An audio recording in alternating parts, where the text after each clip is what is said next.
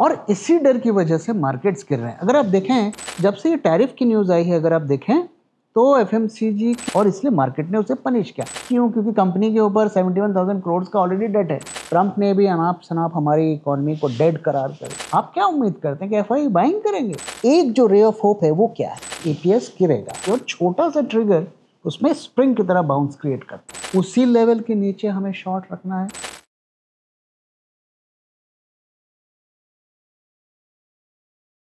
अच्छा सर, आपने जब टैरिफ की खबर आई तब ये शेयर किया था कि गैप डाउन को सेल नहीं करना है, गैप डाउन पे सेल ऑन राइज करना है। तो क्या हम ये कह सकते हैं कि सेल ऑन राइज ट्रिगर हो गया? राइट। सो देखिए, एक मार्केट का बिहेवियर होता है, जब भी रात में, जब हमारे मार्केट्स क्लोज्ड होते हैं, उस वक्त कोई बड़ी नेगेटिव न्यूज़ आती है तो अक्सर सवेरे मार्केट्स गैप डाउन खोलते हैं और ज़्यादातर लोग पैनिक में आकर सेल करते हैं। और वो गैप डाउन सस्टेन नहीं करता है क्योंकि बाइंग करने को कोई तैयार नहीं है और सेलर्स सभी सेल कर रहे हैं। तो जब सभी सेल करेंगे, बाइंग कोई नहीं करेगा, तो वो सेलिंग अब्जॉर्ब नहीं हो सकती और छोटा सा ट्रिगर उसमें स्प्रिंग की तरह बाउंस क्रिएट करता है। ये हमने आपके साथ शेयर किया और वही पैटर्न देखने को मिला।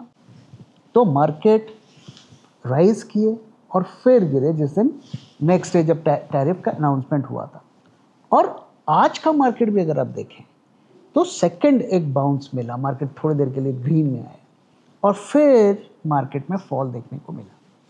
तो ये दोनों जो हाईज बनाए मार्केट ने वो लोअर हाईज थे। तो क्लियरली बाइंग में स्ट्रेंथ नहीं है।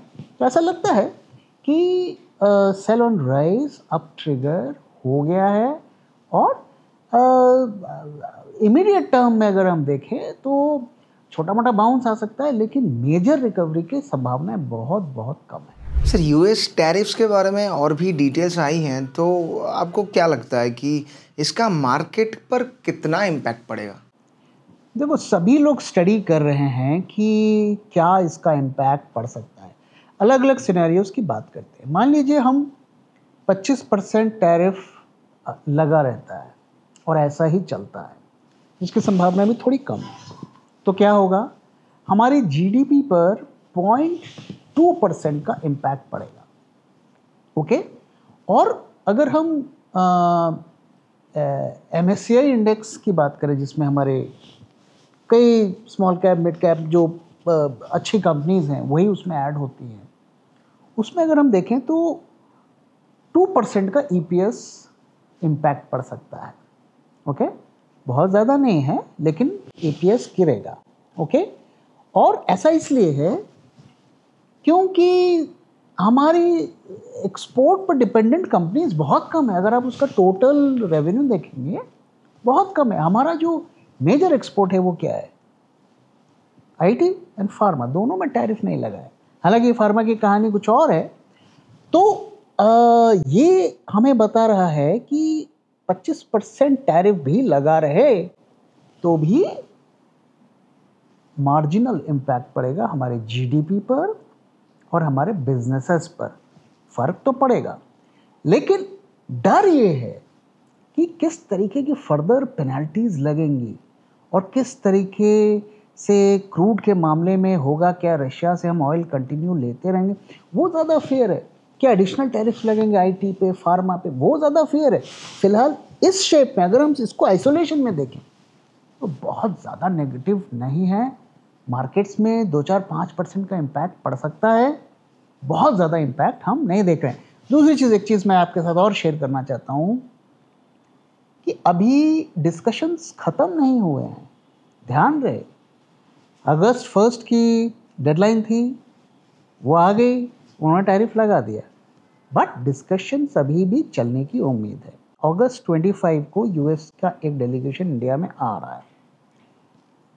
इसके बहुत स्ट्रॉन्ग चांसेस हैं कि 25% का टैरिफ में ड्रॉप आएगा और मोस्ट लाइकली 15 से 20% के बीच में होगा। इसकी स्ट्रॉन्ग चांसेस हैं। मार्केट को भी ये पता है, इसीलिए अगर आप देखें तो जैसा फॉल हम एक्सपेक्ट कर रहे थे वैसा फॉल अभी तक नहीं आया, क्योंकि कहीं ना कहीं थोड़ी होप मार्केट को अभी बची है। सर फार्मा पे बात कर लेते हैं। फार्मा पे टैरिफ तो नहीं लगे, फिर ये सेक्टर इतना नीचे क्यों गिर रहा है? आज तो लगभग 3% नीचे है ये। हाँ, फार्मा में जो है काफ़ी फॉल देखने को मिल रहा है। देखिए, फार्मा आप जानते हैं कि हमारे सेकंड लार्जेस्ट एक्सपोर्ट होता है यूएस में, और फार्मा का लार्जेस्ट मार्केट यूएस में है। करीब $10 बिलियन का हम एक्सपोर्ट करते हैं। अब अभी अगर आप देखें तो एक रिलीफ है, एक साई ऑफ रिलीफ है कि चलो फार्मा में टैरिफ नहीं लगा, हम बच गए। लेकिन इसके बहुत स्ट्रॉन्ग चांसेस हैं कि वहाँ पर भी लिया जाएगा। इंडस्ट्री को इसका डर है और बड़े उस पर टैरिफ्स लग सकते हैं, और इसी डर की वजह से मार्केट्स गिर रहे हैं। अगर आप देखें तो कुछ कंपनीज हैं हमारी, जैसे कि सन फार्मा है, ल्यूपिन है, औरोबिंदो फार्मा है, इनका 30 to 50% जो बिजनेस है यूएसए से आता है। अगर वहाँ टैरिफ लग गया तो इन कंपनी का बैंड बच जाएगा। और कहीं ना कहीं मुझे लगता है कि मार्केट को खबर है कि इस पर कुछ ना कुछ एक्शन लिया जाएगा। ट्रंप ने पहले भी कहा है कि फार्मा पे हम टैरिफ अलग से अनाउंस करेंगे, तो मार्केट को वही लेकर टेंशन है। अब इसमें प्रॉब्लम क्या है? अगर इस पर टैरिफ लग जाता है तो प्रॉब्लम क्या है? देखिए, जब भी टैरिफ लगेगा तो हमारे मैन्युफैक्चरर्स उसका दाम बढ़ा देंगे। अगर कंज्यूमर के पास कोई अल्टरनेटिव नहीं है तो वो ज़्यादा महंगे दाम पे खरीदेगा। हमें तो कोई प्रॉब्लम नहीं है, हम दाम बढ़ा देंगे और कंज्यूमर पे करेगा। प्रॉब्लम कहाँ है? प्रॉब्लम है कि वही प्रोडक्ट अगर चाइना हमसे कम टैरिफ पर बेच रहा है तो हमारे प्रोडक्ट्स कौन लेगा? मान लीजिए कि हमारे फार्मा पर 25% का टैरिफ लगता है, चाइना पर 15% का लगता है, तो हमारे प्रोडक्ट्स कौन लेगा? That will be a major damage to pharmaceutical companies. और मार्केट को इसी बात का डर है। और मैं आपको एक चीज़ बता देता हूँ, चाइना बात करने को भी तैयार नहीं है, कोई भाव नहीं दे रहा यूएसए को। वही जा के दौड़ के उससे बात कर रहे हैं, क्योंकि यूएस की इकॉनमी चाइना के बगैर नहीं चल सकती, इंडिया के बगैर चल सकती है।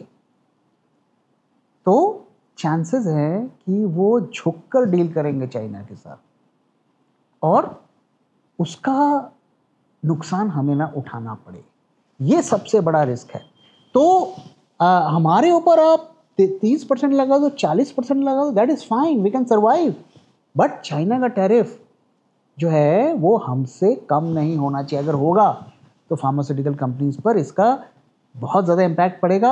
और जो दवाई बनाने वाली कंपनी है वो तो कुछ बच जाएंगी, लेकिन जो मेडिकल इक्विपमेंट जो हम एक्सपोर्ट करते हैं उसमें बहुत बड़ा प्रॉब्लम आएगा। जून 2024 को अगर आप निफ्टी में पैसे लगाते तो आज आपके रिटर्न्स बनते सिर्फ 6.5%, और अगर आप बुल ट्रैक 2024 पोर्टफोलियो में पैसे लगाते तो आज आपको दुगने से भी ज्यादा रिटर्न मिलता। और गौर करने वाली बात यह है कि पिछले दिनों जो मार्केट में हमें ब्लड बाथ देखने को मिला, उस ब्लड बाथ में भी हमारे पोर्टफोलियो ने लगातार पॉजिटिव रिटर्न्स दिखाए। और ये कोई तुक्का नहीं है, क्योंकि ऐसे ही शानदार रिटर्न्स हमने अपने 2021 पोर्टफोलियो में भी अपने सब्सक्राइबर्स को दिए थे। 2021 के पोर्टफोलियो में 21 में से 7 स्टॉक्स ने 100% से भी ज्यादा पीक रिटर्न्स दिए, और 15 स्टॉक्स ने 50% से भी ज्यादा रिटर्न्स दिए। और कई स्टॉक्स जैसे कि भेल एंड कोचिन शिपयार्ड्स मल्टीबैगर साबित हुए। तो आखिर हम ऐसा कैसे कर पाए? Being a SEBI registered RA, I can tell you, सिर्फ फंडामेंटली स्ट्रॉन्ग स्टॉक को सिलेक्ट करने से ही आपका पोर्टफोलियो ग्रीन में रहेगा, ऐसा जरूरी नहीं। उसके साथ टेक्निकल, क्वांटिटेटिव और डेटा एनालिसिस भी जरूरी होती है। सबसे जरूरी है कि आप स्टॉक को किस प्राइस पर खरीद रहे हैं, और इसीलिए हर स्टॉक को जो हम बुल ट्रैक पोर्टफोलियो में ऐड करते हैं उसे गुजरना पड़ता है bull track in house research के 10 स्ट्रिंजेंट क्राइटेरिया से, ताकि आपको मिले एक शानदार स्टॉक एक शानदार प्राइस में। तो देर किस बात की, आज ही सब्सक्राइब करिए बुल ट्रैक पोर्टफोलियो को हमारी वेबसाइट bulltrack.in को विजिट करके, या स्क्रीन पे दिए हुए नंबर से हमसे कांटेक्ट करिए। Investment in securities market are subject to market risks. Read all the related documents carefully before investing. Sir इसी से रिलेटेड एक सवाल है अभी, एफएमसीजी सेक्टर जो है वो आउट परफॉर्म तो कर ही रहा है, तो सर इस पर टैरिफ का कोई इम्पैक्ट नहीं है और सर इसमें चल क्या रहा है?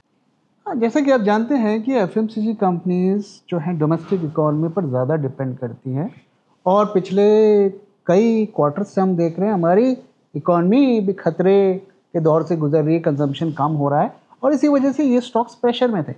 लेकिन जब से ये टैरिफ की न्यूज़ आई है, अगर आप देखें तो एफएमसीजी के सेक्टर्स में हमें ग्रीन देखने को मिल रहा है। कल भी ग्रीन था, आज भी ग्रीन है और इनफैक्ट कई स्टॉक्स तो 1% से ज़्यादा अप रहे। रीज़न क्या है? 2 रीज़न है। पहला कि डिफेंसिव बेट्स हैं, तो लोग ईजिली स्विच कर रहे हैं, सेक्टर को रोटेट कर रहे हैं कि यार यहाँ रिस्क बढ़ रहा है, यहाँ हम चलते हैं। और दूसरा रीज़न ये है कि कुछ जिसे कहते हैं ना कि अर्ली टर्न अराउंड के साइंस भी देखने को मिल रहे हैं। एचयूएल का रिजल्ट आया और कंपनी ने कहा कि रूरल डिमांड और अर्बन डिमांड दोनों में रिवाइवल होता हुआ दिख रहा है। बहुत ज़्यादा नहीं है, लेकिन ऐसा कंपनी ने कहा, तो इस वजह से लोग हैं इस पे मूव करने की कोशिश कर रहे हैं। और हमने आपके साथ शेयर भी किया था कि एफएमसीजी सेक्टर इस वक्त जो अपने आप को बेसिकली रीइन्वेंट कर रहा है और ऐसे दौर से गुजर रहा है जहाँ पे उन्हें अपने आप को रीस्ट्रेटेजाइज, रीपोजिशन करना पड़ेगा। और इसीलिए आप देखिए कि नेस्ले हो चाहे एचयूएल हो, दोनों में लीडरशिप में बदलाव हुआ है क्योंकि नए जनरेशन के नए मार्केट में नए लोग उसे एफिशिएंटली चला सकें। अब अगर रिजल्ट्स की बात करते हैं, देखिए एचयूएल का रिजल्ट जैसा एक्सपेक्टेड था वैसा ही आया, कोई अर्थ शैटरिंग वहाँ पे नहीं था, पॉजिटिव और नेगेटिव। प्रॉफिट करीब 5.6% के आसपास रहा, रेवेन्यू भी 5.1% का ग्रोथ देखने को मिला ईयर ऑन ईयर। अगर आप उसे सिक्वेंशली देखेंगे तो उसमें और भी ज़्यादा ग्रोथ देखने को मिला। लगभग ऐसा ही रेवेन्यू ग्रोथ हमें नेस्ले में भी देखने को मिला, तो रेवेन्यू ग्रोथ दोनों का बराबर है। नेस्ले में प्रॉब्लम क्या थी? वो प्रॉफिट मार्जिन्स को मेंटेन नहीं कर पाए, तो प्रॉफिट मार्जिन घट गया और इसलिए मार्केट ने उसे पनिश किया। इन लोगों ने मार्जिन और रेवेन्यू दोनों को मेंटेन कर लिया। ओके, नेस्ले के ऊपर हमने मेंबरशिप में एक डिटेल्ड वीडियो भी बनाया है, उनके सारे क्या फ्यूचर की स्ट्रैटेजी है उसको लेकर और क्या उनके कैसे नंबर्स आए और क्या करना चाहिए। लगभग वैसी सिचुएशन एचयूएल में भी फिलहाल दिख रही है। आज के डेट में अगर देखेंगे आप तो HUL is looking better than Nestle. Future में प्रोबेबली अलग कहानी हो सकती है। तो ये बेसिकली जो मनी है ना वो अब डिफेंसिव स्टॉक्स और डिफेंसिव सेक्टर में मूव करेगी, क्योंकि जो ग्लोबल इकोनॉमी से टाइड अप होती हैं कंपनी, खास करके यूएसए से, उनमें हमेशा जो है रिस्क थोड़ा ज़्यादा रहता है। और जिस तरीके की अभी सिचुएशन बन रही है, पता नहीं आगे कितना टैरिफ, कितनी पेनल्टी किस सेक्टर में लग जाए, इसलिए मनी, स्मार्ट मनी जो है इन सेक्टर्स पे मूव कर रही है। 2 बड़े स्टॉक्स की बात करते हैं सर, टाटा मोटर्स और मारुति। क्या इन पर भी टैरिफ का कोई इम्पैक्ट होगा? क्योंकि Tata motors as you know खास करके इसमें बहुत ज़्यादा गिरावट हो रही है। दोनों में फॉल देखने को मिल रहा है। टाटा मोटर्स में ज़्यादा फॉल देखने को मिल रहा है। इनफैक्ट टाटा मोटर्स तो कई क्वार्टर्स से गिर रहा है, ऑलमोस्ट 300-400 रुपये स्टॉक गिर चुका है 1000 के लेवल से। मारुति में 1-2 दिन से थोड़ी फॉल देखने को मिल रही है, तो दोनों की कहानी अलग है। देखिए मारुति की कहानी क्या है, रिजल्ट की वजह से थोड़ा वहाँ पर प्रेशर है। रिजल्ट में क्या प्रॉब्लम है? तो सब कुछ ठीक है, उनका जो डोमेस्टिक मार्केट है उसमें फॉल देखने को मिला है, सेल देखने को मिला है। ये कोई सरप्राइज नहीं होना चाहिए क्योंकि हम जानते हैं इकोनॉमी की क्या हालत है। तो 4% का ड्रॉप देखने को मिला। तो अगर रिजल्ट की बात करें तो नेट प्रॉफिट फ्लैट है, करीब 0.8% के आसपास है और रेवेन्यूज ईयर ऑन ईयर देखें तो 10% का राइज देखने को मिला है। तो नंबर्स ठीक हैं, लेकिन डोमेस्टिक मार्केट में सेल में हमें डाउन देखने को मिला है, -4.5% वहाँ पे गिरावट देखने को मिली है। लेकिन उनके एक्सपोर्ट्स के परफॉर्मेंस में ज़बरदस्त इजाफा हुआ है, डबल डिजिट ग्रोथ हुआ है। तो हमें ध्यान में रखना चाहिए कि मारुति करीब 60 to 70 कंट्रीज़ को कार्स भेजती है और साइजेबल इनका एक्सपोर्ट है, तो काफ़ी हद तक वहाँ से वो जो है उसे कवर कर रहे हैं अपने जो भी उनके यूनिट्स के सेल्स में जो ड्रॉप देखने को मिला है। तो डोमेस्टिक सेल के गिरने की वजह से जो मार्केट थोड़ा उसे पनिश कर रहा है। अब अगर देखें तो कंपनी ने क्या कहा है, कंपनी ने कहा है कि अगला जो क्वार्टर रहेगा और उसके बाद का क्वार्टर रहेगा उसमें डेफिनेटली इम्प्रूवमेंट देखने को मिलेगा, और कंपनी एक्सपोर्ट की स्ट्रैटेजी पर ज़बरदस्त तरीके से काम कर रही है। और ध्यान रहे ये एक्सपोर्ट्स यूएसए के नहीं है, लैटिन अमेरिका कंट्रीज़ हैं, अपने मिडल ईस्ट है, उन कंट्रीज़ में अपने कार्स को बेचने की कोशिश कर रही है। जापान को भी कंपनी कार बेच रही है।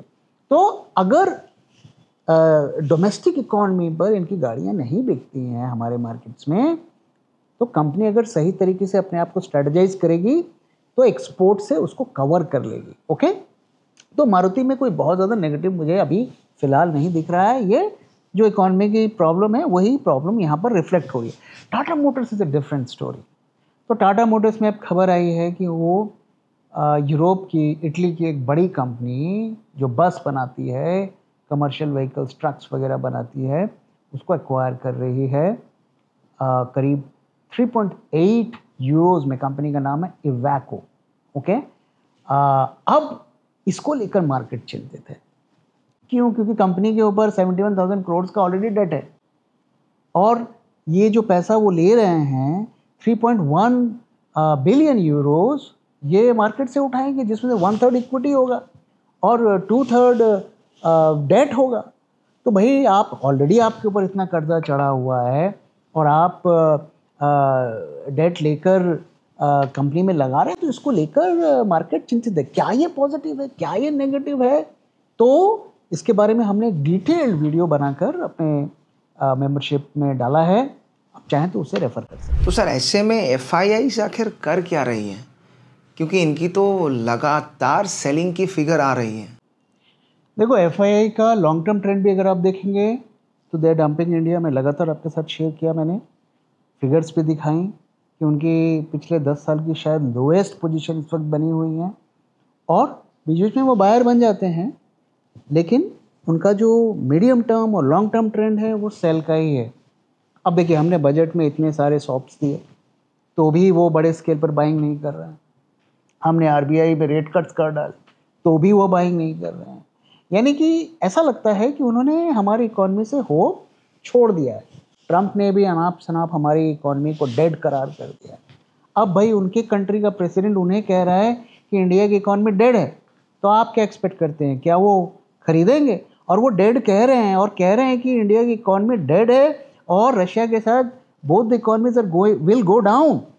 तो ऐसे में आप क्या उम्मीद करते हैं कि एफआई बाइंग करेंगे? जुलाई के महीने में 47,000 करोड़ की उन्होंने सेलिंग की है, छोटा मोटा फिगर नहीं है ये। और लगातार उनकी हम देख रहे हैं कि सेल की फिगर्स आ रही हैं। डेरिवेटिव मार्केट्स में मैंने आपके साथ शेयर किया कि उनकी जो पीक पोजीशंस पिछले महीने में थी, पिछले सीरीज में 1.7 लाख के इंडेक्स फ्यूचर्स के शॉर्ट्स वो बना के रखे थे। कल एक्सपायरी थी, कल के दिन उन्होंने पोजीशंस को बुक किया, तो 1.7 से वो 1.4 अब उनके शॉर्ट्स रह गए हैं।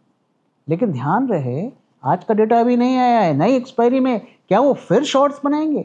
और जो शॉर्ट्स उनके बचे हुए हैं करीब 1.4 लाख के, वो तो अगले महीने, इस महीने के अगस्त के हैं। तो इसका मतलब उनका व्यू अभी भी मार्केट के लिए पॉजिटिव नहीं है। बीच में किसी किसी दिन हो सकता है कि बाइंग वाइंग की फिगर आ जाए किसी इंडिविजुअल स्टॉक्स में या किसी आईपीओ में वो इन्वेस्ट कर लें, लेकिन ओवरऑल ऐसी कोई साइंस नहीं है कि वो नियर टर्म में बड़े स्केल पर बाइंग करने जा रहे हैं, अनटिल एंड अनलेस हमारी इकॉनमी पे कोई ज़बरदस्त टर्न अराउंड हो, और वो 2, 4, 5, 10 दिनों में तो आने की उसकी संभावना कम है। And sir, last but not the least, अगले हफ्ते मार्केट को कहाँ जाता हुआ आप देख रहे हैं? देखो, आज का जो डेटा आया है वो बहुत ज़्यादा पॉजिटिव नहीं है, उसे मैं नेगेटिव ही कहूँगा। कुछ चीज़ें मैं आपके साथ शेयर करता हूँ। पहली चीज़, अगर आप देखिए तो कल का दिन एक्सपायरी का दिन था, और मैंने आपके साथ शेयर किया था कि वहाँ पे पुट कॉल रेशियो में हमें राइज देखने को मिला है, लेकिन हमें इस पर भरोसा नहीं करना है। क्यों? क्योंकि एक्सपायरी की पोजीशंस उसमें एडेड है। अगर आज का डेटा हम देखें तो पुट कॉल रेशियो में वंस अगेन हम 0.67 के पास आ गए हैं। तो आपको ध्यान होगा कि कुछ दिन पहले 0.65 का पीसीआर था, वहाँ से बढ़ के 1 पे गया, और वापस वहाँ पर देखने को मिल गया।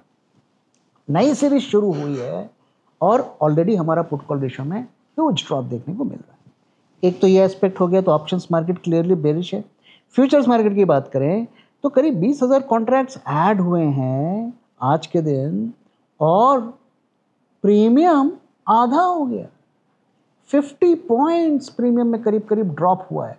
अब सोचिए, नई सीरीज शुरू हुई है और उसमें इतनी ह्यूज ओआई ऐड हुआ और इतना ह्यूज प्रीमियम ड्रॉप हो गया, तो क्लियरली शॉर्ट पोजीशंस बनती हुई दिख रही हैं। अब अगर टर्नओवर का देखें, 94,000 का टर्नओवर है, एवरेज 1 लाख के आसपास पिछले एक महीने का है, तो इसे हम लो टर्नओवर कहेंगे।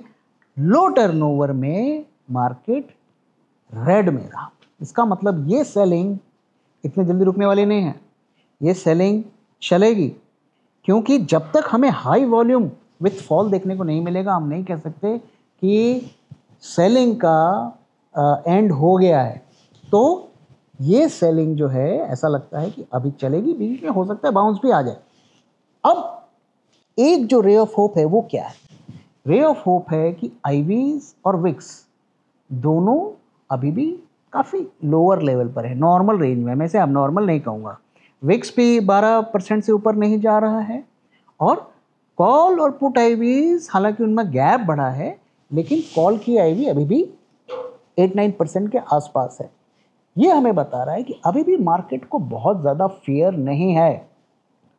क्या ये बुलिशनेस इंडिकेट कर रहा है? मैं इसे ऐसे रीड नहीं करूँगा।